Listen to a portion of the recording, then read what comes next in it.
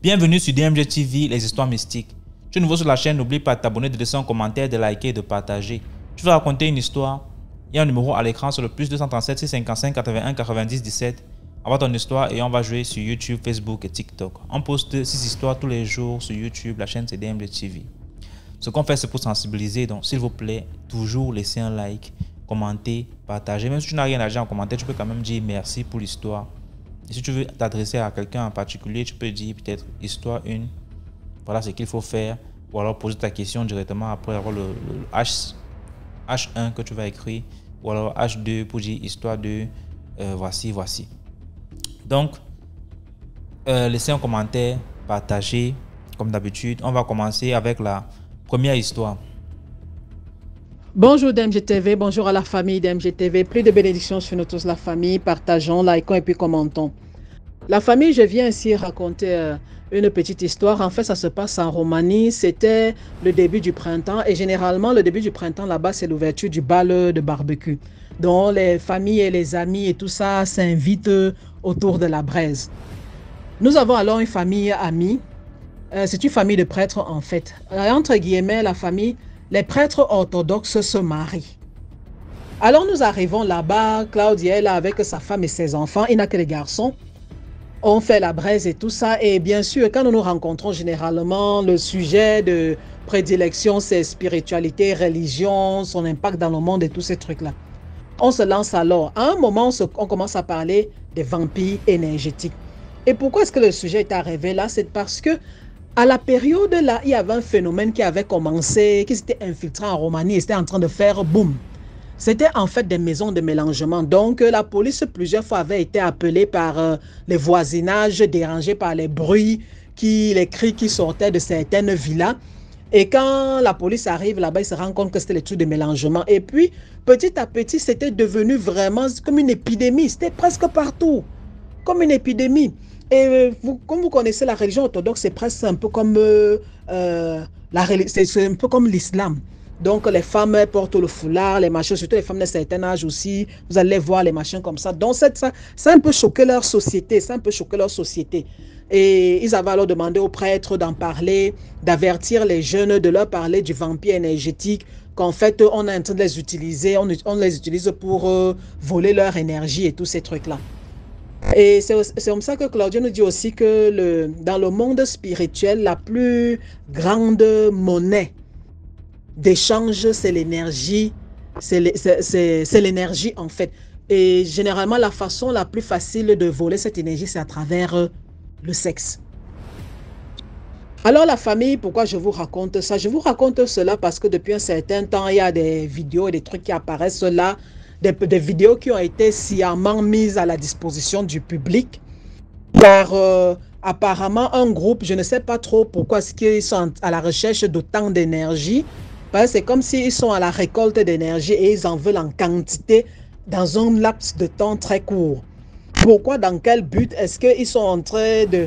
Il y a une guerre spirituelle qu'ils sont en train de préparer ou bien je ne sais pas trop. Moi je dis, c'est selon moi et la famille, moi je dis que cette vidéo a été publié sciemment justement parce que nous savons très bien qu'en Afrique, les gens qui on avait même soupçonné avoir eu certaines vidéos de certains mélangements de certaines personnes importantes ont été assassinés brutalement, eux, et dans certains cas même leurs familles ont été assassinées.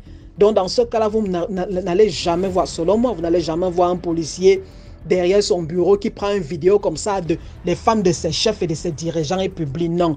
Ils vont l'éradiquer de la surface de la terre, lui et toute sa famille. Ni un frère qui va aller faire ça. Si c'est que tu vois seulement une personne, ta femme et telle personne, la vidéo la seule, tu envoies, oui, je vais comprendre. C'était un moment de folie, un moment de douleur et tout ça. Mais pas avec la vidéo de tout autre. Non. Ce truc-là, moi, selon moi, je crois que c'est un truc qui a été planifié et pour récolter l'énergie de tous ceux qui vont regarder. N'oubliez pas la famille que plusieurs fois, il y a des initiés qui sont venus ici dire faites attention, oh, même les vidéos, on vous envoie la vidéo, oh, la femme là s'est lavée au carrefour. J'ai vu une femme nue, une belle fille là, elle était en train de se laver, elle est sortie de sa voiture, elle s'est lavée au carrefour. Je t'envoie la vidéo. Vous vous souvenez que les initiés disent que ne regardez pas ces vidéos là. Même Monsieur l'homme de l'ombre, qu'est-ce qu'il dit? La sorcellerie est passée en 5G déjà, donc faisons attention. Faisons attention.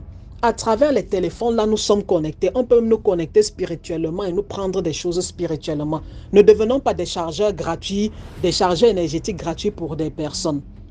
Pourquoi est-ce qu'ils ont besoin de tant d'énergie? Je ne sais pas trop. Mais, s'il vous plaît, rapprochons-nous, que ce soit de nos leaders religieux, des initiés, là, des pasteurs, prêtres, gangans, Kamsi, je ne sais pas trop, imams. Rapprochez-vous de qui Bombok. Rapprochez-vous d'eux. Pour ceux qui ont vu ces vidéos-là, dites-leur, papa, voici, il y a une vidéo, il y a une vidéo qui circule là. J'ai vu, je ne sais pas, épisode numéro 1, 2, en tout cas, j'ai aussi guetté. Qu'est-ce que je dois faire? Vous allez voir qu'ils vont tous vous donner des trucs à faire, que ce soit des prières, des lavages, des machins, s'il vous plaît. Nous, ici à DMG, nous sommes supposés déjà avoir une certaine éducation spirituelle qui nous empêche d'être des mogos. Allons nous déconnecter, s'il vous plaît. Rapprochons-nous d'eux et lavons-nous. Purifions-nous, faisons nos sourates, faisons nos prières, lisons les psaumes. Donc, passez une bonne journée, la famille. Bye. Merci beaucoup pour l'histoire. Maintenant, on passe à la deuxième histoire. Bonjour la famille DMG, bonjour DMG. Merci DMG dans ton travail de sensibilisation et d'éveil. Nous sommes dans un continent dangereux. Un monde dangereux parce que aucun continent n'est épargné par les histoires que nous vivons ici. Je vais vous raconter une histoire. C'est question également de jouer ma partition d'un petit que je connais très bien, un petit avec lequel on passe des temps ensemble. Ce petit-là, il y a 3 mois, il a perdu son père. Son père ne vivait pas à Brazzaville, il vivait en dehors de Brazzaville, donc à 600 km de Brazzaville. Je vous rappelle déjà que je suis du Congo, Brazzaville. Et donc le vieux tombe malade, il dit à son fils, il faut que je descende à Brazzaville, parce qu'il ne faut pas que je meure ici. Il faut vraiment que je descende à Brazzaville. Son fils lui dit, ah mais papa, viens à Brazzaville, comme ça on va te soigner. Tu ne vas pas mourir, on va te soigner ici à Brazzaville, il faut que tu viennes. Et 2 jours après, il a pris la décision de venir à Brazzaville. Et en cours de chemin, il a appelé à 7 reprises son enfant pour lui dire d'aller l'attendre au niveau de la gare routière. Le petit, un peu paniqué, il va appeler ses 2 petits frères qui vivent également à Brazzaville pour qu'ils partent à la gare routière.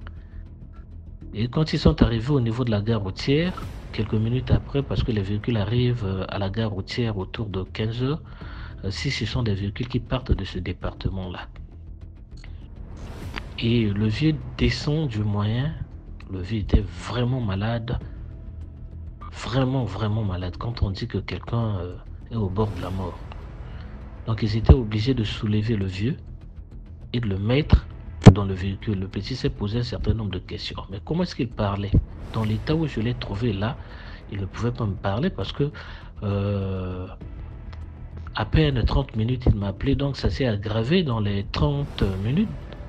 Ou encore ça s'est aggravé à peine là. Ils étaient obligés de se rendre à l'hôpital et en cours de chemin, son père lui a dit, il faut faire très attention avec notre famille. Je veux que tu sortes d'abord de cette famille-là, que tu ne participes pas aux réunions de la famille, que toi, tu vives en aparté, en solitaire avec tes frères et sœurs. N'essayez pas d'approcher les membres de la famille. Je meurs là parce que je tente de vous protéger. Et je tente de protéger quelques-unes des personnes de la famille aussi. Il dit à son fils, je vais te laisser quelque chose. Je te laisse cette médaille. Donc il sort la médaille de sa poche. Et il lui dit, tu verras dans mon sac un habit blanc. À chaque fois que tu dormiras, tu mets la médaille et l'habit blanc que je t'ai donné. Hein, l'habit est en forme de soutane parce que j'en ai vu moi-même aussi. Hein. Et en cours de chemin, le vieux a rendu l'âme. Après avoir giclé du sang, tout le taxi était en sang. Ils sont partis déposer le corps du vieux à la morgue Et après, ils ont organisé la veillée avec les membres de la famille et tout. Mais pendant la veillée, le petit a eu des problèmes compliqués avec les membres de la famille. Les vieux de la famille lui faisaient des problèmes graves. J'en ai même constaté parce que pendant la veillée, il m'appelle une fois, il me dit, vieux, aujourd'hui il y aura une danse traditionnelle qui va prester. Et donc si tu pouvais venir. Je suis parti là-bas pendant la danse. Le petit s'est mis à danser comme tout le monde qui connaît danser, bien sûr. En dansant, le petit était ravi en esprit. Il est entré en transe. Et les gens l'ont pris, lui ont mis dans la chambre. Ils ont fermé la chambre, il est parti là-bas avec quelques vieux de la famille et tout. Après, il est ressorti, au moins 2 heures du temps après. Juste après, certains membres de la famille ont commencé à lui faire des problèmes qui n'avaient ni tête ni queue. Pour des choses anodines, parfois inexistantes, on le faisait chamailler. Le petit ne répondait à rien en tout cas. Et après l'enterrement, le petit est revenu à la vie normale. 2 semaines après l'enterrement, sur son lit pendant ce temps qu'il dormait, il a constaté qu'il est sorti de son corps. Il est sorti de son corps. Et il a senti le bruit. Un bruit comparable au bruit des oiseaux qui sont tombés sur sa toiture. Et quelques secondes après, il s'est retrouvé en face de 3 personnes, disons. C'était 3 personnes. Il s'est retrouvé en face de 3 personnes. Celui qui était au milieu avait dans sa main un bâton. Un bâton, et le petit dit que le bâton était attaché avec des fils rouges, un truc comme ça. Mais très sale. Hein, un truc, vous voyez, les trucs des sorciers là et tout, un truc très sale. Et celui qui était au milieu, qui tenait le bâton, lui dit, nous sommes venus te chercher, nous devons aller avec toi. Le petit dit non. Moi, je ne peux pas aller avec vous parce que je ne vous connais pas. Comment est-ce que je vais aller avec des gens que je ne connais pas? Parce que lui-même, il n'arrive pas à distinguer ces personnes-là de visage. Et le monsieur lui a dit, tu veux nous défier? Ton père nous a défiés. Où est-il aujourd'hui? Toi, il faut que tu partes avec nous aussi. Le petit dit, je n'irai pas avec vous et je n'irai nulle part. Si vous voulez, venez la journée. Qu'on se voie la journée. Et comme ça, on va discuter la journée. Le petit n'ayant même pas fini sa phrase, sa dernière phrase, on l'a frappé le bâton. Celui qui était au milieu lui a frappé le bâton au niveau de la tête. Quand le petit a dévié et le bâton s'est retrouvé, donc le coup s'est porté au niveau de son ventre. Donc c'est comprenez mon explication un peu. Ça veut dire que quand ce monsieur lui a frappé le bâton, au niveau de la tête, en tentant de dévier le bâton, c'est comme lui a cogné au niveau de son ventre. Et maintenant, il s'est réveillé, il est sorti de son rêve lucide, disons. Et quelques minutes après, il a commencé à sentir des graves douleurs, des douleurs énormes au niveau de son ventre. Et ne pouvant pas résister, il a commencé à appeler les membres de sa famille. Et personne dans sa famille ne décrochait son coup de fil ou ses coups de fil. Il a essayé de faire la ronde des personnes de sa famille qui avait des numéros. Personne n'a décroché la nuit. Et donc, il m'appelle, parce qu'il avait appelé d'autres personnes aussi du quartier. Il m'appelle au téléphone pour me dire, là, ça va pas grand frère, est-ce que tu peux venir chez moi me chercher parce que là, ça va pas. Moi, je lui ai dit, mais Kadé, à cette heure-ci, vraiment, je ne peux pas me réveiller parce qu'il faisait 3 heures. Je lui ai dit, je ne peux pas sortir à cette heure-ci. Il dit, si toi tu ne viens pas, parce que j'ai appelé d'autres personnes, si toi tu ne viens pas,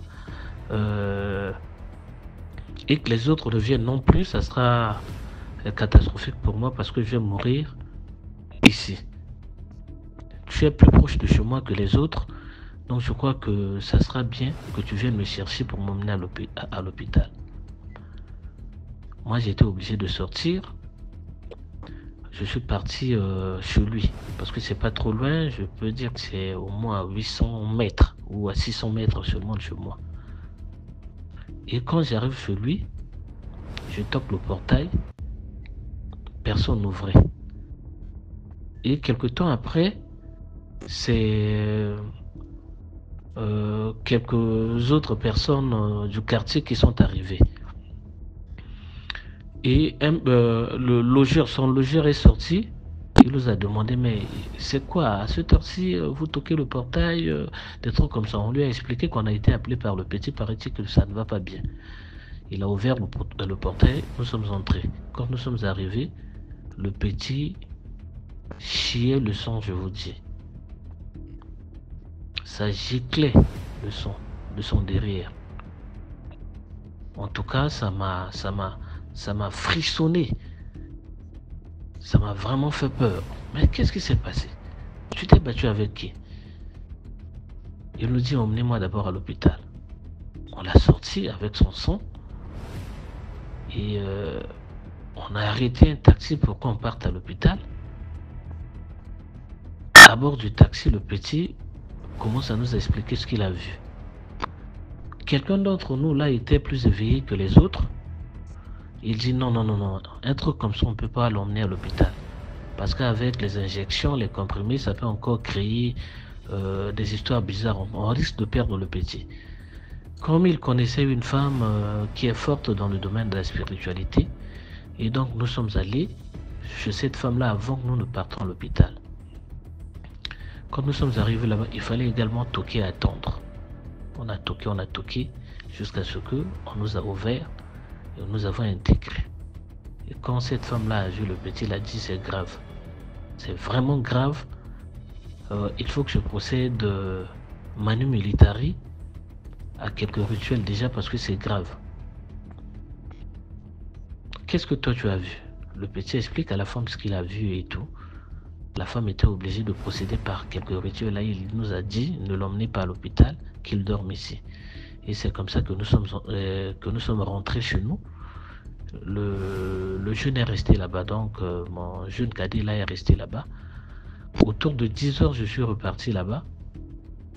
La femme là a dit seul je ne vais pas pouvoir faire quelque chose. Je vais appeler un monsieur. Et curieusement, le monsieur qu'il a appelé, c'est un prêtre. Les deux ont soumis le petit à quelques rituels et le prêtre était obligé d'aller. Ça, c'est le 3e jour déjà. Hein.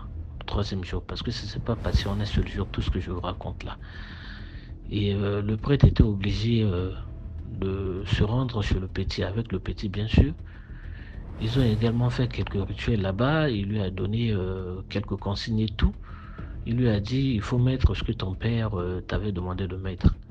Il faut mettre ça, je te confirme qu'il faut mettre ça parce que toi tu es en danger. Parce qu'après toi, ça sera tes petits frères et tes petites soeurs qui partiront. Et donc après, tout cela, quelque temps après, dans la localité, dans leur localité d'origine, on l'a appelé au téléphone pour lui dire que son oncle, et son oncle paternel bien sûr, non pas son oncle maternel, le grand frère à leur grand-père, c'est-à-dire que l'oncle paternel de son père est vraiment malade là-bas, il a besoin de lui pour qu'il se rende là-bas et tout. Je lui dis, ah mais moi je ne suis qu'un petit-fils, il a ses enfants à lui, il a des enfants laissés par son petit frère, moi je ne peux pas me rendre là-bas et tout. Il avait tellement insisté que le petit était obligé de fermer son téléphone par recommandation. Et là, j'ai été informé, je ne sais pas, je vais chercher la confirmation, que l'oncle paternel de son père, donc on peut dire, chez nous en Afrique, on n'a pas besoin de ces complications-là. On peut dire que son grand-père, hein, est décédé, serait décédé, disons. Et donc, je vais avoir la confirmation. C'est pour vous dire qu'il faut faire très attention avec ce qui se passe dans nos pays, surtout au niveau de l'Afrique. Les gens sont vraiment jaloux. Simplement parce que ils veulent bouffer la chair des gens et qu'ils sont obligés de décimer des familles entières comme ça pour un bonheur parfois éphémère, emmerder les gens et saboter parfois les efforts des gens pour que les gens ne réussissent pas dans la vie et tout. Donc c'était ma petite partition, mon histoire. Les leçons, chacun de vous peut les tirer parce que l'histoire n'est pas encore finie. Peut-être que je reviendrai pour vous donner les explications complémentaires ou encore des informations supplémentaires. Merci bien. Bon, portez-vous tous bien. Je vous aime. Merci beaucoup pour l'histoire. Maintenant, on passe à la troisième histoire. Bonjour DMG TV, bonjour la famille DMG TV. Partagez, likez, abonnez-vous et commentez. Le premier jour que j'ai vu le monsieur, il était venu rendre visite à mon papa. Il était bien habillé, en costume, tout ça là. Donc, mon papa l'a reçu au salon, ils ont parlé et puis après, mon papa l'a accompagné à la porte. Maintenant, moi, j'ai commencé à taquiner mon papa pour dire, le vieux, regarde, ton ami vient te frustré avec son constat. Il a dit non, ce n'est pas son ami. Il dit, ah, comment ça? Il dit, lui là, ce n'est pas mon ami. Donc, j'ai tenté de le taquiner, ah, le vieux, laisse ça, laisse ça. Et puis, le conseil m'a dit que non, lui, il était sur un terrain qu'il avait payé l'avance. Et le monsieur, il est passé derrière payer toute la somme du terrain. C'est comme ça qu'ils se sont connus. Donc, depuis là, le gars, tout le temps, il vient voir mon papa, le saluer. Genre, pour lui dire que non, que de laisser tomber l'histoire, quoi. Donc, c'est ce que mon papa m'avait dit. Donc, et à chaque fois qu'on passait vers le terrain aussi, mon papa disait que ah, voilà, voici l'endroit que le monsieur a acheté à ma place. Voici l'endroit. Le terrain n'était pas trop loin de notre maison. Donc, c'est comme si le terrain était au carrefour et puis maintenant, nous, on était dans le quartier même. Donc, un peu, j'ai commencé à avoir 5 entrecouchés. Et puis, un coin du terrain, ils ont pu faire le jardin. Et puis, ils ont fait un coin de toilette. C'est comme ça, hein. Petit à petit, jusqu'à les 5 choses comme ça. Les 5 studios sont devenus genre une grande cour. Mais il avait bien clôturé son terrain. Donc, petit à petit, le monsieur a commencé à faire une école. Et l'école était du jardin jusqu'au CE2. Et au fur et à mesure, de CE2, c'est devenu, jusqu'à maintenant, c'est devenu un collège. DMG, en un rien de temps, le monsieur a fait un collège. Bon, je peux pas en un rien de temps, c'est trop dit, mais c'est passé un peu plus vite, quoi. Donc, le collège là, DMG, qui ne voulait pas aller à l'école là-bas. Moi, je pleurais tout le temps pour aller fréquenter là-bas. Mon père disait que non, hein, là-bas c'est trop cher pour nous. Mon grand frère, comme lui, il voulait montrer qu'il était garçon là. Après ses 2 derniers enfants, là, il met dans l'école là. Ça a même pas fait 3 ans. Il a profondé ses enfants là-bas. Donc, en tout cas, le collège était devenu renommé. Et le collège c'était privé. Donc, en tout cas, tous ceux qui allaient là-bas comme enfants là, les parents avaient un peu. Pour être là-bas, sincèrement, il fallait avoir un peu. Et le monsieur, la deuxième fois que moi je l'ai vu, c'est qu'il était dans une voiture et puis il a klaxonné. J'étais à mon papa. Puis c'est comme ça, il est descendu, il a salué mon papa. C'est là, je l'ai vu la deuxième fois. Et depuis là, je ne le voyais pas. Puisque pour entrer même dans l'école là, c'était tellement sécurisé que non, on ne laissait pas tout le monde rentrer. Donc je ne vais pas dire que non, je l'ai bien vu. Voilà. Le monsieur avait 2 enfants. Et 3 enfants.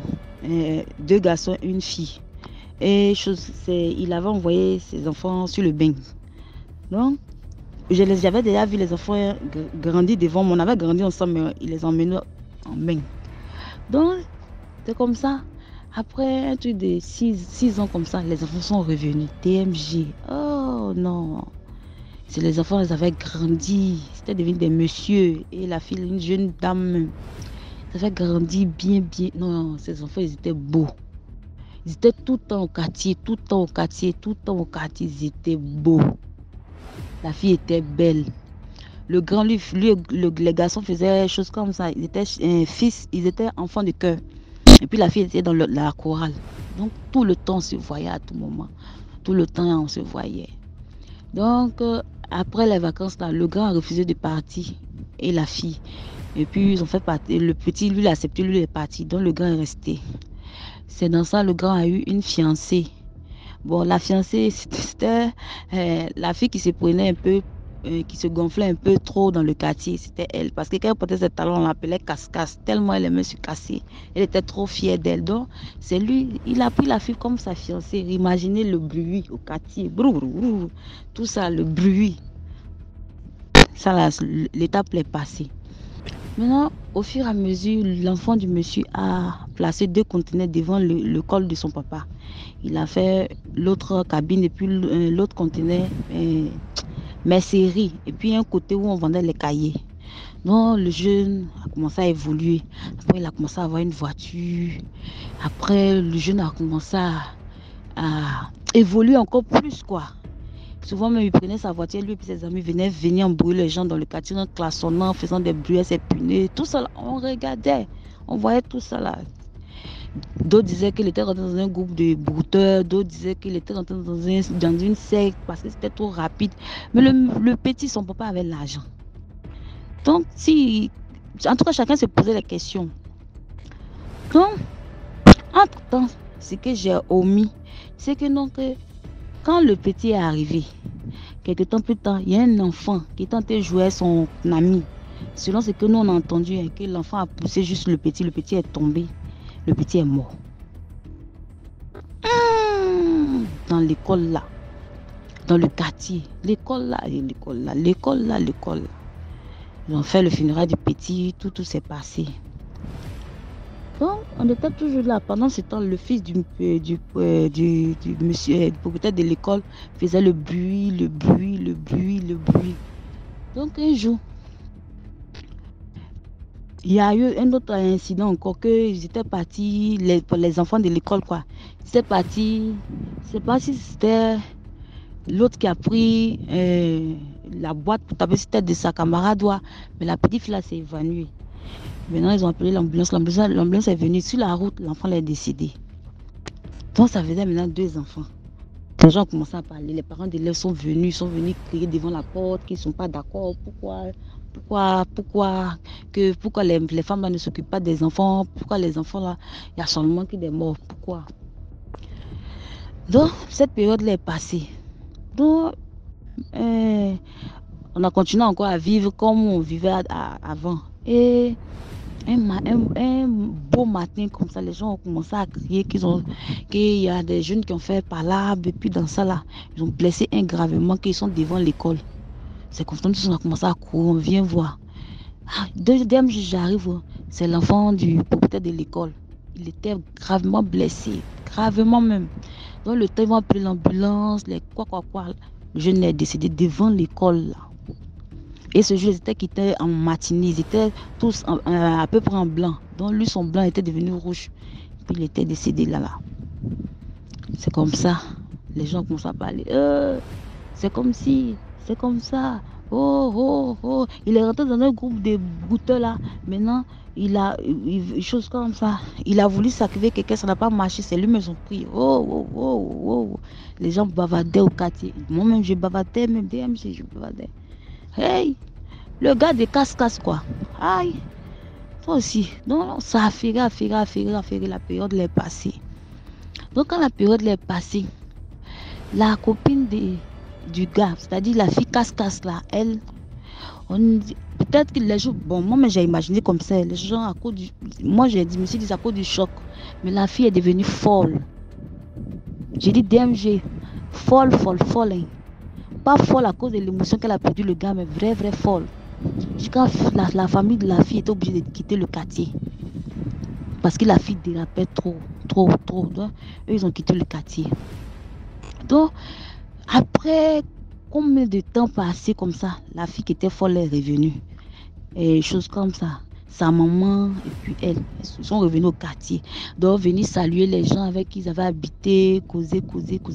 C'est dans les nous on a entendu au quartier que, en réalité, la fille et puis son gars, quand ils se sont connus là, le gars lui a dit qu'il veut rentrer dans le gang de boutage. Et la fille a dit, si tu vois que non, ça peut t'arranger, il faut faire. Et ça, le gars lui a dit que je dois faire là, il faut que nous deux, on doit être ensemble dans le truc. Sinon, je ne pourrais pas faire pour ne pas que tu vas me trahir. C'est comme ça. La fille a accepté. Et puis, quand ça s'est arrivé, le gars a fiancé la fille. Parce qu'ils allaient être liés. Donc, le gars a fiancé la fille. Donc, le point est que, non, que quand l'enfant a commencé à avancer là, son premier sacrifice qu'on lui a demandé, on a demandé un enfant. L'enfant a pioché dans la cour de l'école. C'est comme ça, le premier enfant, ils l'ont poussé, il est décédé. Et quand on lui a demandé un autre sacrifice, l'enfant a encore pioché encore dans la cour de l'école. Il a pris la fille. Donc son papa qui est dans le gang même de la sorcellerie, son papa même qui est dans les ministères de la sorcellerie, son papa a vu que c'était la foutaise. Pourquoi son fils, s'il veut rentrer dans ces autres trucs, il veut forcément, il prend dans lui, c'est que lui il a l'habitude de prendre. C'est que lui il a l'habitude de piocher dans la cour de l'école. Son fils aussi vient lui montrer qu'il est quelqu'un d'autre. Lui aussi vient piocher. C'est pour ça que lui il a sacrifié son fils. Sinon, c'est pas parce que il voulait tuer son fils. Mais son fils lui a montré qu'il est trop garçon. C'est pour ça que lui-même il a sacrifié son fils. C'est comme ça la nouvelle est arrivée jusqu'au quartier. DMG. Hey, Parti Sakana. Et le monsieur devine, c'est combien de personnes l'avaient tué, combien d'enfants il avait déjà tué? 14 enfants. 14 enfants, c'est comme ça. La nouvelle s'est propagée. Les parents d'élèves ont commencé à venir. Il dit DMJ saccager l'école, percer les murs avec des trucs. Percer tous les murs. Ils ont appris la nouvelle. Il dit une bonne école, une bonne école privée. Si je dis le nom de l'école là, même ici là, il y a d'autres dans mon pays qui vont reconnaître l'école là.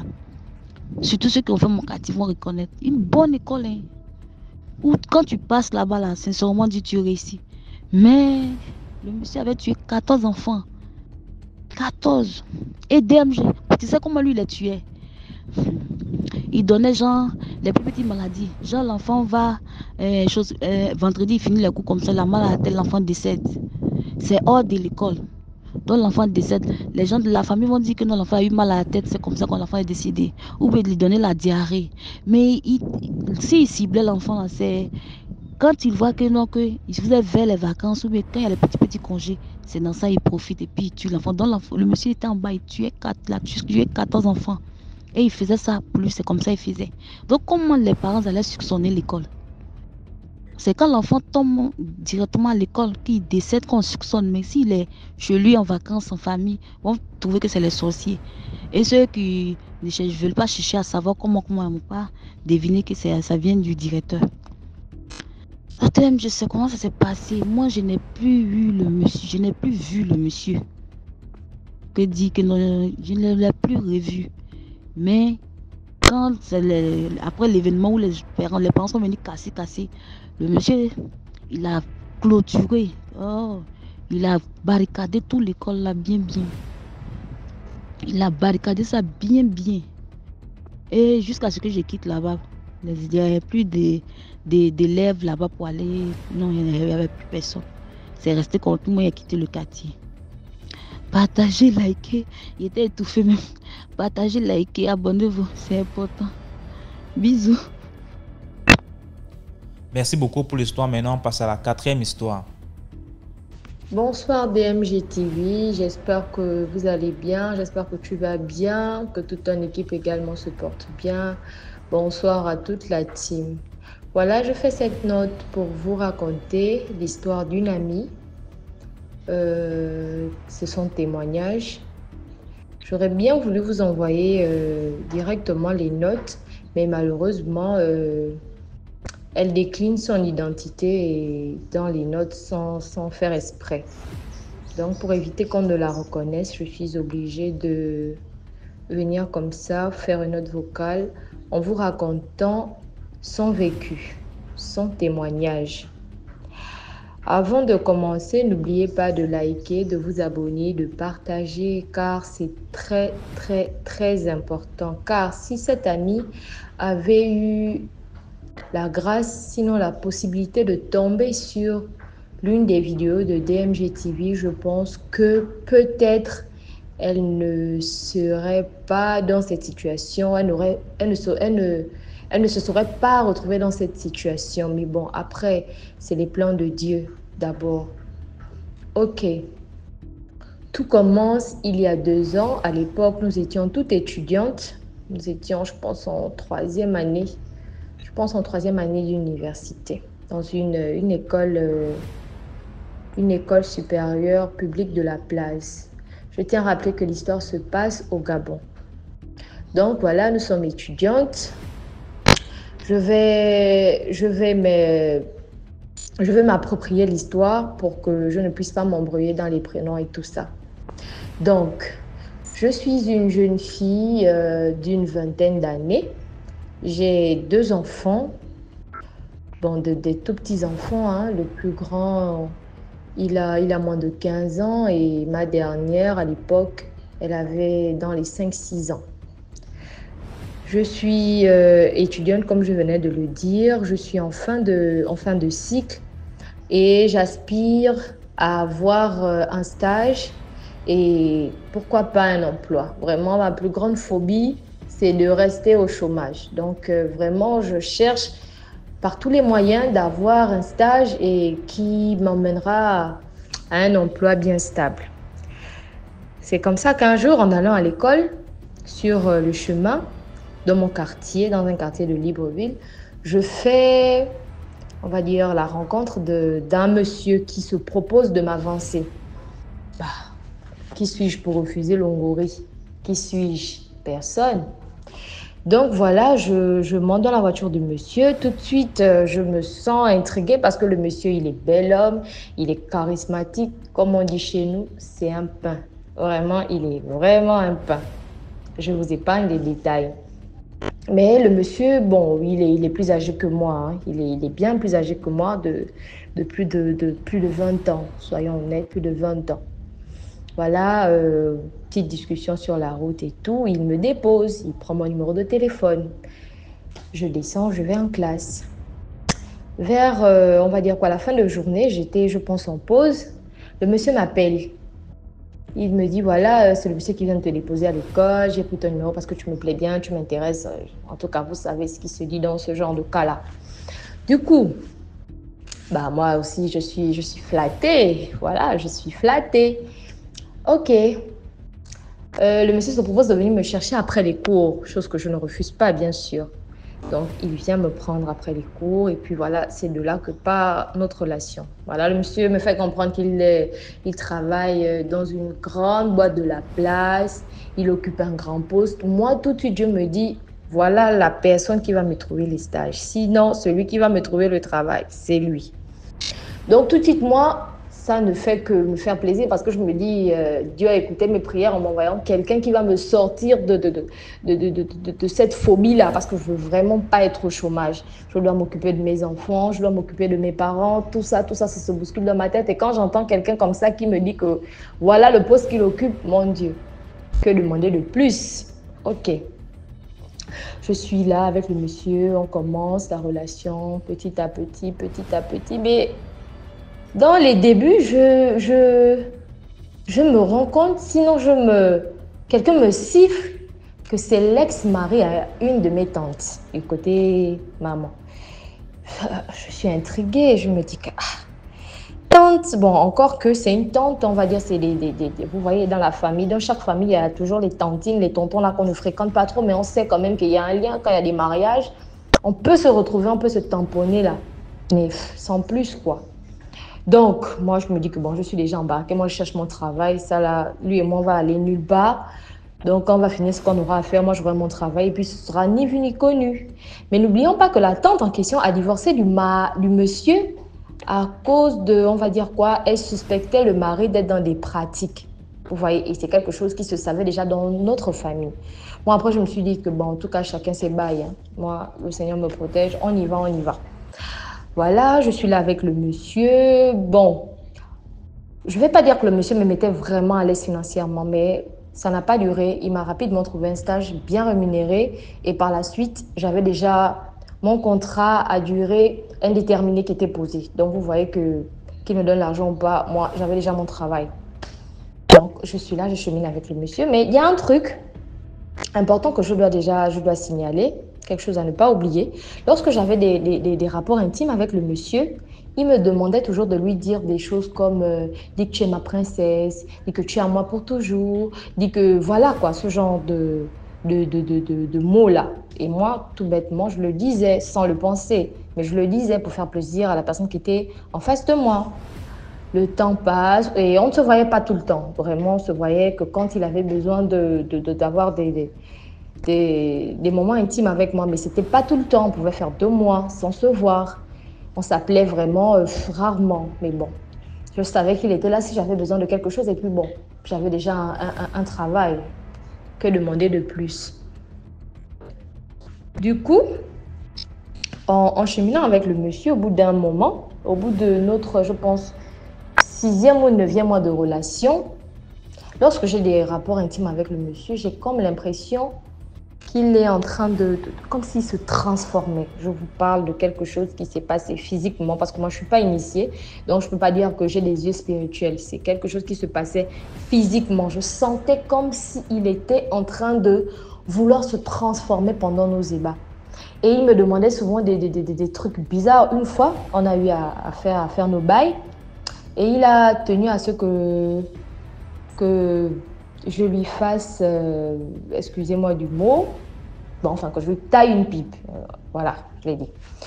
Mais je n'étais pas très motivée, je ne sais pas pourquoi. Le monsieur est rentré dans une colère. Je vous assure, on a passé plus de 3 mois, il ne m'appelait plus.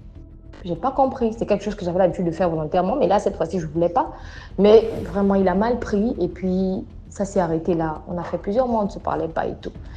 Et moi, ça me peinait parce que bon, on ne peut pas se séparer comme ça. C'est vrai que j'ai eu ce que je veux, mais quand même, pas comme ça.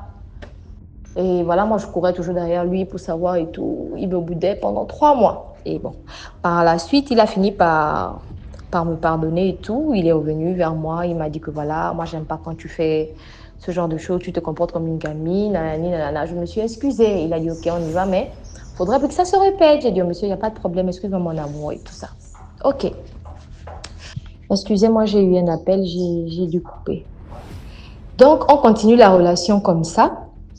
Et je suis toujours là à avoir des petits signaux, mais je me dis que voilà, il y a toujours des petites prières que je faisais dans le cœur sans pourtant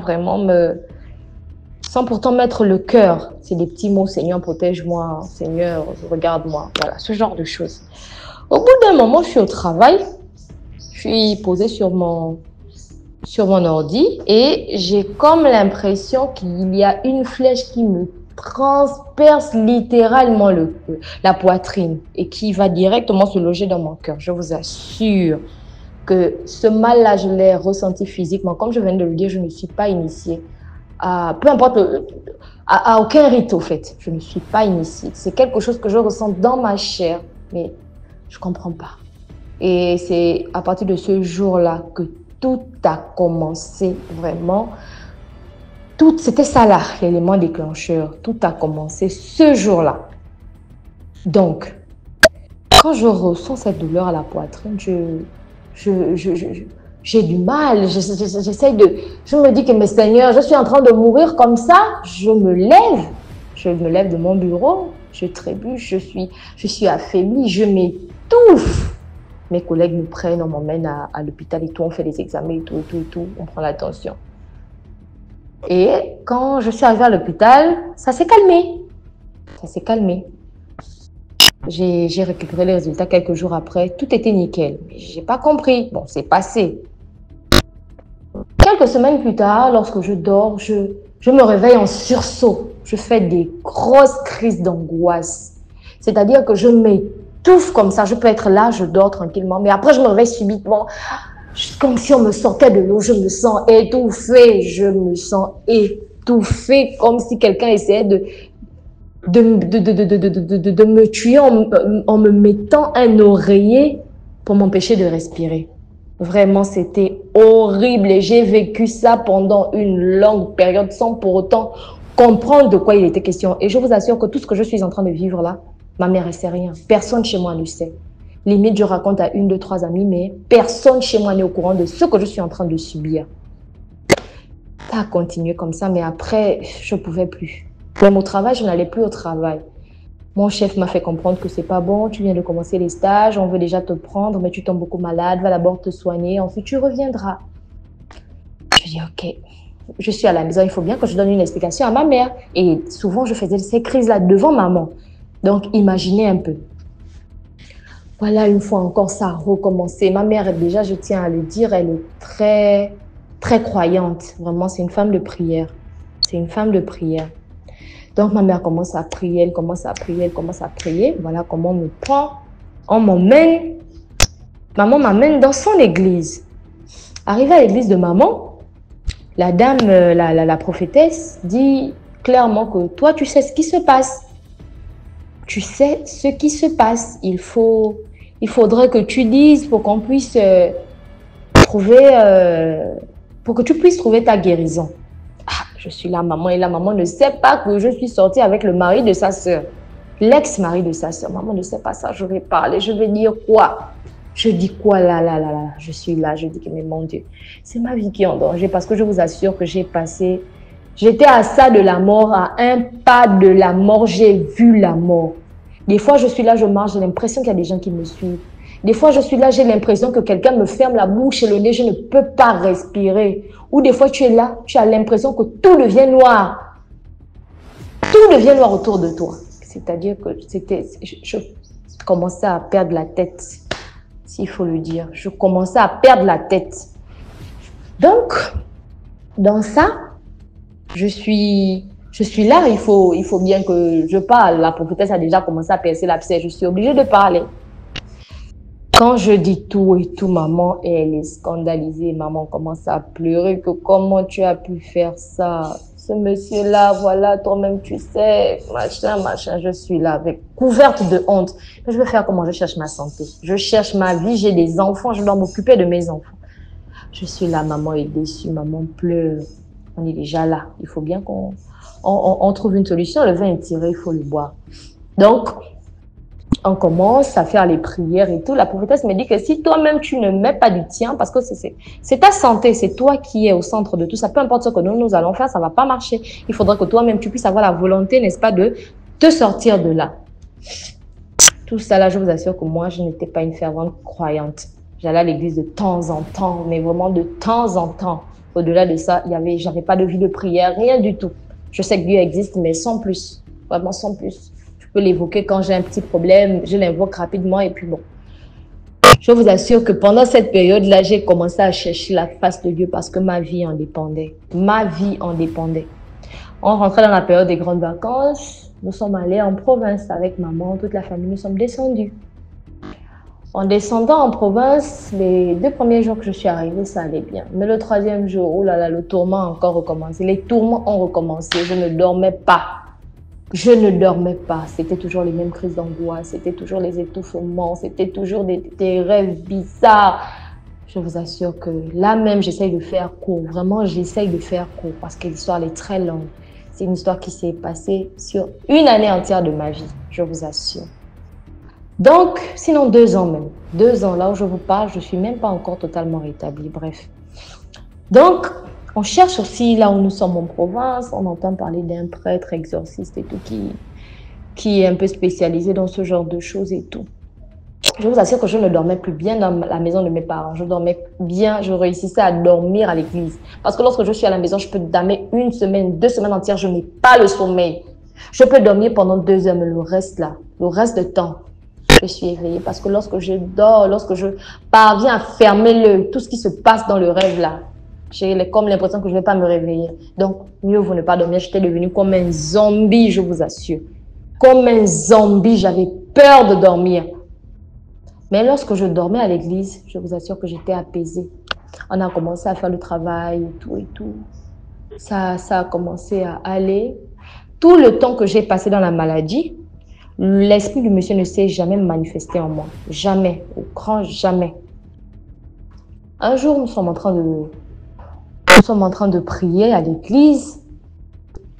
Je ressens comme une décharge au niveau de ma main parce que j'avais les mains levées.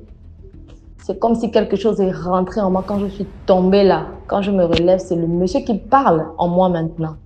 Je m'appelle telle, telle, telle. Vous faites quoi? Elle, c'est ma femme. Elle-même, elle sait qu'elle est ma princesse. Elle m'a dit qu'elle m'appartenait. Elle m'a donné l'autorisation de la prendre. Pourquoi vous venez l'enlever dans ma main, au fait?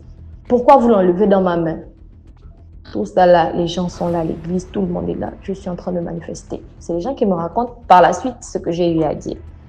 On sent que, Seigneur, l'histoire là, c'est pas maintenant. Parce que depuis tout ce que je raconte, là, le monsieur ne s'était jamais manifesté. Jamais il ne s'était manifesté. Je vous assure que depuis ce jour-là, le monsieur, je rêve, même vu qu'on était dans le même quartier, je rêve qu'il est en train de parler à haute voix, mais les gens essaient de tuer les gens ne veulent pas mourir, ça c'est quelle histoire ça? Hein? On veut vous tuer, vous ne voulez pas mourir, papa, quoi? Dans le rêve, je sens que Seigneur Jésus, c'est quelle histoire, ça ne va pas finir. L'histoire là ne va pas finir, je vais laisser mes enfants avec qui, Seigneur? Tout ça là pour chercher quoi? Vraiment si c'était à refaire, Le temps passe par la grâce de Dieu. Je parviens à obtenir, on va dire quoi? La paix. Je parviens à obtenir la paix. Dieu m'a mis sa paix. Vraiment, il a récupéré mes tourments. Il m'a donné sa paix. Je remonte sur Libreville. Ce n'est plus comme avant. Je parviens à dormir. J'ai déjà une vie de prière. Mais je vous assure que là où je suis en train de vous parler, là, le monsieur là me cherche ouvertement. La journée. Il ne me cherche plus la nuit, il me cherche maintenant la journée. Elle est où? Il me demande auprès des miens. C'est-à-dire qu'il ne se cache plus. Même devant son épouse, il demande, mais elle est où? Pourtant, tout le monde sait déjà dans la famille, parce qu'après ça a pété, il fallait bien qu'on en parle. Ça a pété, tout le monde a su. Le monsieur me cherche ouvertement, mais elle est où? Elle est où? Elle est où? Il a arrêté de me chercher dans les rêves, là, il me cherche maintenant dans la vie réelle. Je vous assure, mes chers amis, chers abonnés de DMG TV, que Dieu existe. Dieu est vivant. Tous les témoignages que vous écoutez ici, ce ne sont pas des gens qui se lèvent pour raconter des histoires à dormir debout. Les gens n'ont pas que ça à faire, il y en a qui travaillent, il y en a qui ont une vie. Donc prenez vraiment en compte tout ce qui se dit ici, sincèrement. Partagez, car un simple partage peut sauver une vie. Il y a des choses qu'on banalise parce qu'on n'a jamais entendu quelqu'un nous dire que oui, quand j'ai ressenti ça, c'était ça. Mais vous voyez que lorsque vous êtes averti, rien que la première tentative déjà peut vous dire que j'enlève les pieds. Mais lorsque nous ne sommes pas avertis, on se dit que c'est sûrement le fruit de mon imagination. On trouve toujours un prétexte pour couvrir ça. Mais lorsqu'on est averti, c'est-à-dire qu'on ne va même pas chercher midi à 14h, on va seulement se dire que ça c'est ce que j'avais écouté sur DMG TV. C'est réel, les amis. Le diable existe, le diable, il est debout. Surtout pour nous les jeunes filles là, qui avons à cœur de travailler, de voler de nos propres ailes, de nous occuper de nos parents. Je vous assure, les amis, tu es parti à l'école, tu as fait tes 15 ans d'études, tu n'as pas le travail. Attends, ça viendra. Tu pries un Dieu vivant, ça viendra. Ne te dis pas que oui, je vais aller machin. Le travail ne te donnera jamais la vie. Tu vas perdre la vie à cause du travail, tu le laisses avec quelqu'un. Tu ne partiras pas avec. Tu ne partiras pas avec. Voilà comment j'aurais pu perdre ma vie inutilement comme ça et laisser des enfants à bas âge. Ma famille que je voulais aider, je devais encore mettre cette famille-là dans les problèmes pro max. Parce que quoi? Je voulais absolument travailler après avoir terminé mes études. Je vous assure que l'histoire elle est plus longue que ça. J'ai essayé de découper au maximum, mais les amis, sincèrement, Dieu existe. Lorsque vous êtes avec quelqu'un, il y a des choses qu'il ne faut pas dire parce que vous laissez la personne avoir un accès total à vos vies. Vous laissez cette personne-là. Vous laissez la personne avoir l'accès total. Donc, il y a certaines choses, même si vous ne le dites pas du fond du cœur, les paroles là, on n'a pas besoin qu'elles sortent du cœur. Une fois qu'elle est sortie de la bouche, c'est fini. Capture. Et c'est par là qu'il t'aura. C'est par là que ces personnes-là vous auront. Donc, lorsque vous êtes avec quelqu'un, peu importe le degré d'argent, peu importe quoi, quand il y a des choses que vous savez déjà que sur DMG ou bien je ne sais pas où vous avez écouté que quelqu'un a dit ça, et puis c'est de là où Impact est né, ne vous avisez pas à le dire, même pour blaguer. Si la personne vous dit dans le goût là, que oh bébé dit que tu dis seulement bébé, s'il vous plaît les amis. S'il vous plaît les amis, s'il vous plaît les amis, la bouche là, ça maudit, ça bénit. Ce que tu sors de ta bouche te condamne. Toi-même, tu te vends pour quelques phrases. Tu as dit quelques phrases, tu t'es vendu. Tu as vendu ton âme avec quelques mots. C'est très, très, très, très, très, très réel. C'est vraiment très réel. J'aurais bien voulu faire parvenir ces notes parce qu'elle détaille un peu mieux. Mais malheureusement, comme elle dit les noms, je ne peux pas me permettre de l'exposer. Je ne peux pas me permettre de l'exposer. Donc, c'était un peu ça. N'oubliez pas de liker, de vous abonner, de partager. C'est important de partager. Et les amis, c'est important de partager. N'oubliez pas de partager. Merci de m'avoir écouté. Merci beaucoup pour l'histoire. Maintenant, on passe à la 5e histoire. Bonjour DMG TV, bonjour la famille DMG TV. Partagez, likez, abonnez-vous. C'est important. Et commentez.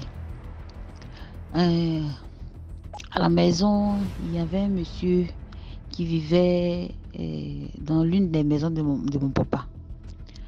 Bon, je ne connaissais pas s'ils étaient parentés, parce qu'à chaque fois que j'ai demandé à mon papa ne m'a jamais donné une bonne réponse. Il me disait, c'est les trucs des grands. Donc le monsieur, il vivait là avec sa femme. Il a eu un enfant avant de croiser sa femme là, une fille. Donc quand il était avec la femme, il a fait une première fille. Après, il a fait une deuxième fille. Donc la deuxième fille là, c'était les enfants des 1er janvier là. Les enfants qui naissent les 1er janvier là. C'est comme ça, la fille a eu une marraine. Puis la marraine, elle tenait chose comme ça, un orphelinat. Donc elle a demandé au monsieur là si elle peut prendre l'enfant pour l'emmener dans son orphelinat. Le monsieur a accepté. Donc, moi, ma cousine, je la voyais seulement par saison.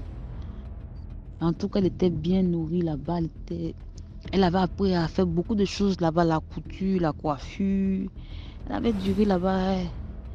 La fille avait grandi. Je ne sais pas ce qui s'est passé, mais la fille a dit qu'elle ne voulait plus être à l'orphelinat là-bas. Ça aussi, c'est une autre histoire parce qu'elle m'avait expliqué des choses qui s'étaient passées là-bas. C'est pour cela qu'elle ne voulait plus partir.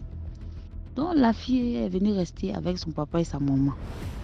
Sa maman est retombée enceinte, elle a fait un garçon. Après, elle a fait une fille. Puis, il vivait là.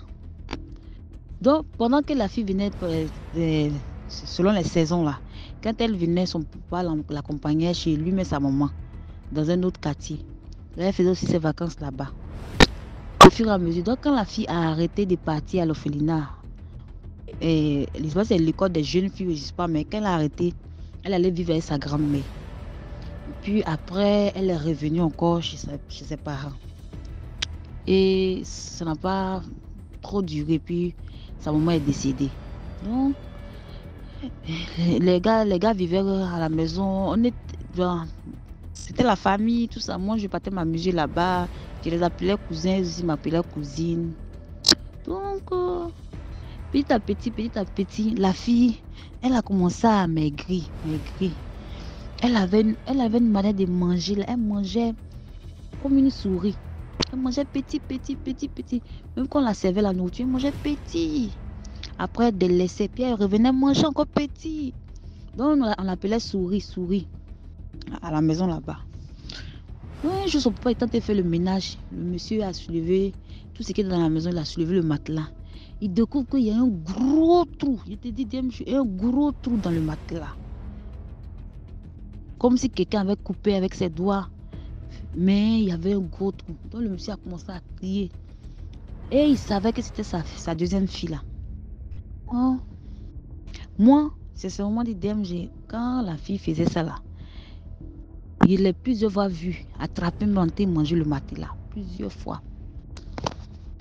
Et souvent même, il arrivait qu'elle me disait que viens goûter, non, c'est doux, plus que riz gras, c'est doux que plus que viande, viens goûter. Il me disait, mais pourquoi tu manges le matelas sale là comme ça? Elle me disait que non, elle aimait le jus qui était dedans quand elle mâchait le matelas. Donc son papa comme ça, oh papa. Et il a commencé à dire son nom de choses là. Celle qui porte son nom d'homo.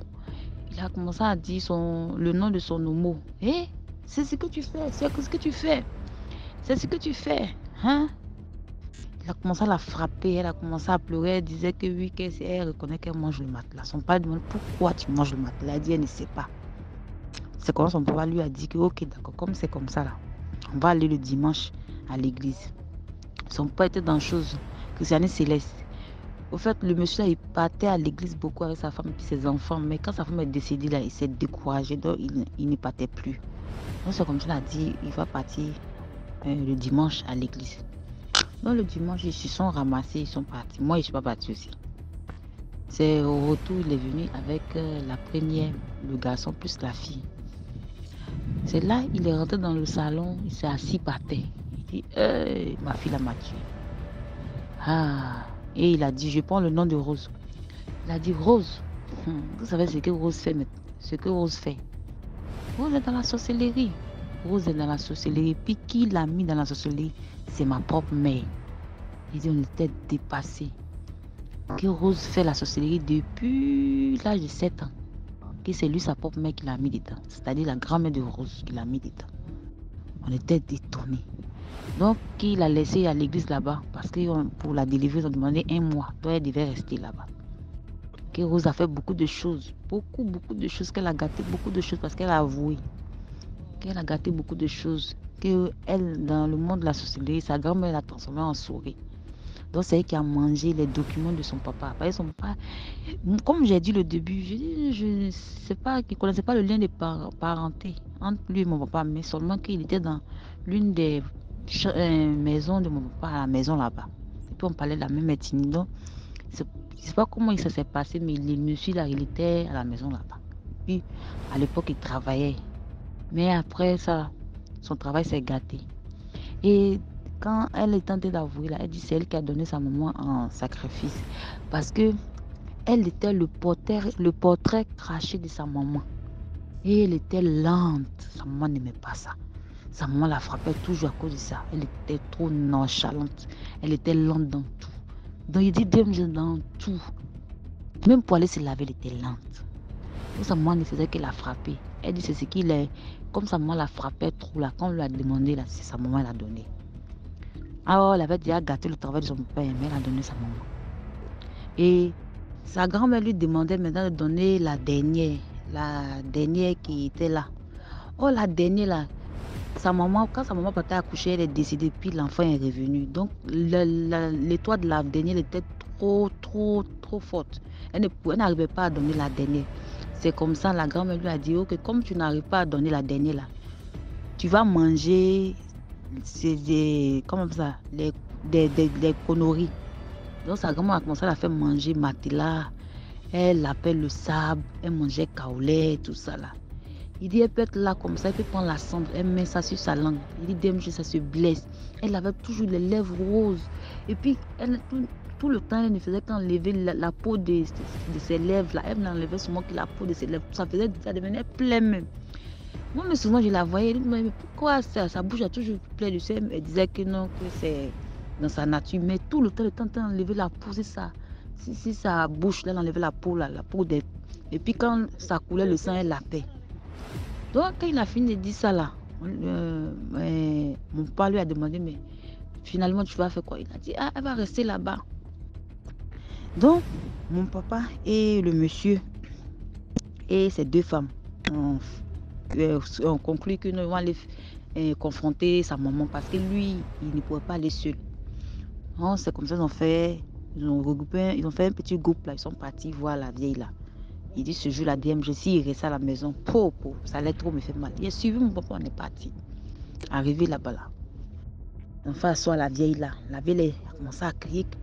C'est quel Renault venait jusqu'à chez moi venir faire. Ça veut dire quoi ça? Qu'est-ce que j'ai fait? On ne lui a rien demandé. Et la vieille a commencé à crier. Oh, tuez-moi, ça a fini en même temps. Tuez-moi. Vous connaissez les vieilles soyez là, les vieilles quand elles sont sorcières là. Dès qu'elles voient là. Commence à crier, tuez-moi en même temps, hein? Tuez-moi. Vous venez m'accuser chez moi. Son fils n'a même pas commencé à parler, même mon père n'a pas commencé à parler, a commencé à crier, tuez-moi en même temps. C'est fini, tuez-moi. Donc, son fils a commencé à parler pour dire qu'on est venu parce que Rose a avoué que non, les sorciers, c'est toi qui l'as mis dans la sorcellerie. La ville a commencé à crier, tuez-moi, tuez-moi. Diane de disait comment la ville s'appelait. Elle s'appelait Fagot de Bois, dans mon ethnie.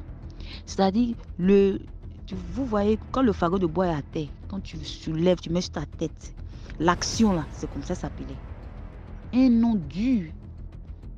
Donc, la vieille a commencé à crier qu'elle n'a rien à voir dedans. Qu'elle n'a rien à voir dedans. Son fils dit, ma fille a avoué. La vieille ne faisait que bavarder. Mon papa même lui a dit que de toute façon tu as fait là, il faut t'enlever dedans. Ou soit, il ne faut plus mettre les enfants dedans et puis il ne faut plus arriver à la maison. La réunion n'a pas bien, c'est pas bien terminé, mais puis mon papa s'est levé. Puis on s'est retourné venir à la maison. C'est comme ça le fils a coupé avec sa maman pour ne plus que non, les enfants aillent là-bas. Mais il dit DMG, la vie elle ne s'est pas arrêtée à ça. Hein. Elle a mélangé la vie de la première. Bon, la première que le monsieur a eue avec sa femme, elle a mélangé sa vie. La fille était obligée d'aller dormir. La fille était obligée de carrément quitter même la famille pour aller rester à l'église christiane. C'est là-bas elle était. La fille a tapé un truc de 6 ans là-bas, tellement que sa vie était devenue. Elle a fait les enfants à gauche, à droite. Les papas n'ont jamais reconnu les enfants là. Mais quand elle s'est restée à Christiane Céleste là, ça a commencé à aller. Donc son fils là a repris l'église là, la prière à Christiane Céleste. C'est comme ça qu'il a commencé à protéger ses enfants jusqu'à ce que la ville a décède. Il dit la ville était Kadhafi. Elle aimait les problèmes. À l'époque, quand elle venait à la maison là, c'est comme si Jeanne venait en guerre. Oh, elle venait avec. Elle avait de ces paroles qu'elle lançait à son fils là. Voilà, voici l'histoire qu'a partagée, likez, abonnez-vous. J'espère que j'ai bien raconté. Et puis j'oubliais, à cause de ça là, la fille, ma cousine là, bon la fille là, DMG ne s'est pas développée comme nous, hein. Elle n'a pas poussé des seins. Hey, DMG, la fille n'a pas poussé des seins. C'est juste le bout qui était là, mais elle n'a pas poussé les seins. Elle est restée petite, genre comme si les filles maigres là, elle est restée comme ça. Même quand elle a eu ses enfants là, il n'y a pas de sein dans sa poitrine, c'est resté comme ça, la fille là. Et elle avait le visage qui, on était encore enfant, hein, même quand on rentrait dans l'adolescence là, mais son visage était resté comme le visage d'une vieille.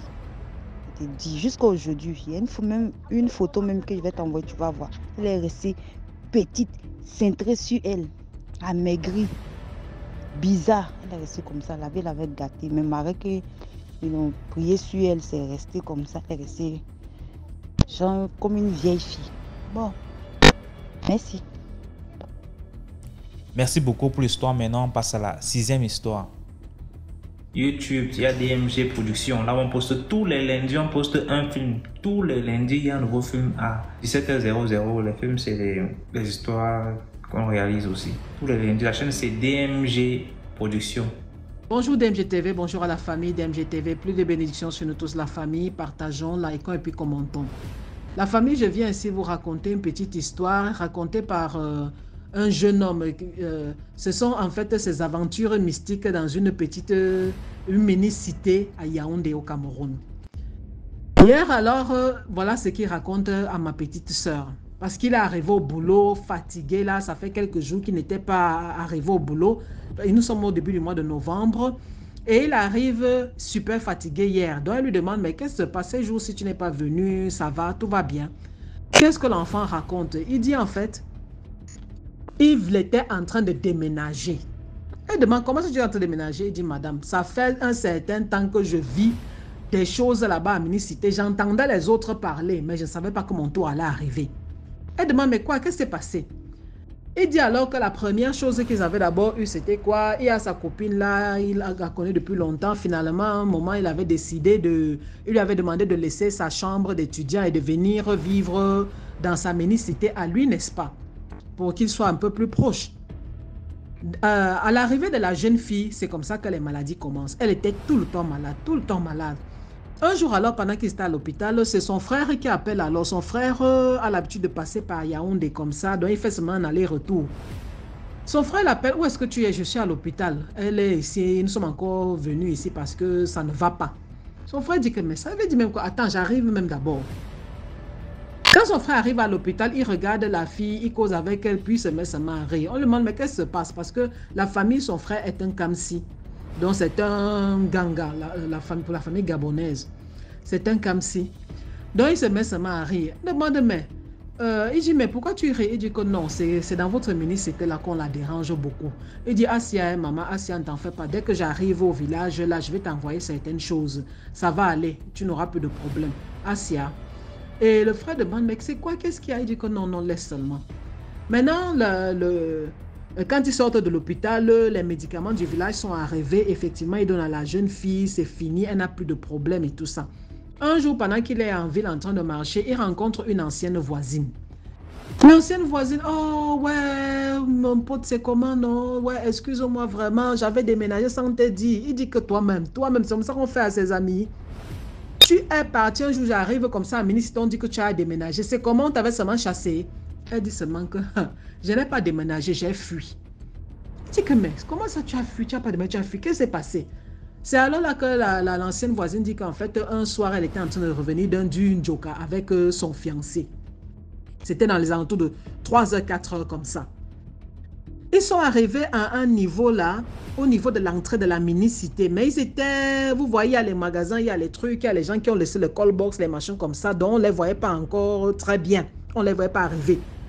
Il dit que c'est alors là qu'il voit 3 personnes au niveau de l'entrée de la mini-cité, mais qui semblaient être en train de parler un peu, ils parlaient à voix haute, mais à la distance d'où ils se trouvaient, ils n'entendaient pas clairement ce que les gens disaient, mais c'est comme s'ils faisaient des incantations. Ils ont alors avancé doucement, doucement en se dissimulant pour bien écouter et ils se rendent compte que c'est en fait le patron du magasin. Il y a un grand magasin là-bas à l'entrée de la mini-cité. Le patron du magasin là, sa femme et un monsieur inconnu. Ces gens-là, effectivement, faisaient des incantations parce qu'ils versaient une poudre. Il y avait un truc blanc qu'ils étaient en train de verser, comme le couscous. Ils versaient vers l'entrée de la mini-cité en parlant, en disant des choses, en faisant des gestes et tout ça. Ah, quand ils ont vu ça, la famille, la fille dit qu'avec son gars, ils sont repartis, ils sont et ils sont allés passer par le camp militaire. Ils ont contourné vers le lycée Leclerc là-bas, contourné pour revenir par derrière. Entrer dans sa chambre. C'est à partir de ce jour-là, elle s'est rapidement mise à la recherche d'une nouvelle chambre. Dès qu'elle a trouvé, elle a déménagé sans demander son reste. Donc, voilà ce qu'elle raconte à le gars. Le gars dit, hey, et tu ne m'as même pas dit. Elle dit, ouais, excuse-moi, je suis partie comme ça rapidement. Après, il y avait tellement de choses à faire. Mais je me disais que quand je vais te voir, je vais aussi te parler. Pour que tu saches ce que j'ai vécu là-bas, ce que j'ai vu. Avec ce que j'ai vu là, non, je ne peux plus passer par là. C'est ainsi que le gars alors commença à comprendre que hey, l'endroit où il vivait là, parce que lui, il venait seulement rentrer seulement le soir se coucher, il repartait le matin, rentrer le soir se coucher. Donc, ce que les autres vivaient, lui ne vivait pas vraiment. Donc, la famille, je vais vous laisser ici pour la première histoire. Passez une bonne journée et venez aussi nous partager, vous les étudiants là, les trucs que vous vivez dans vos mini-cités. Bye. Merci beaucoup pour l'histoire. Voilà, c'était tout pour aujourd'hui. J'espère que tu as aimé la vidéo d'aujourd'hui. Sinon, laisse un commentaire, like, partage. Si tu n'es pas encore abonné, abonne-toi. On se prend demain 12h pour une nouvelle vidéo. Ciao.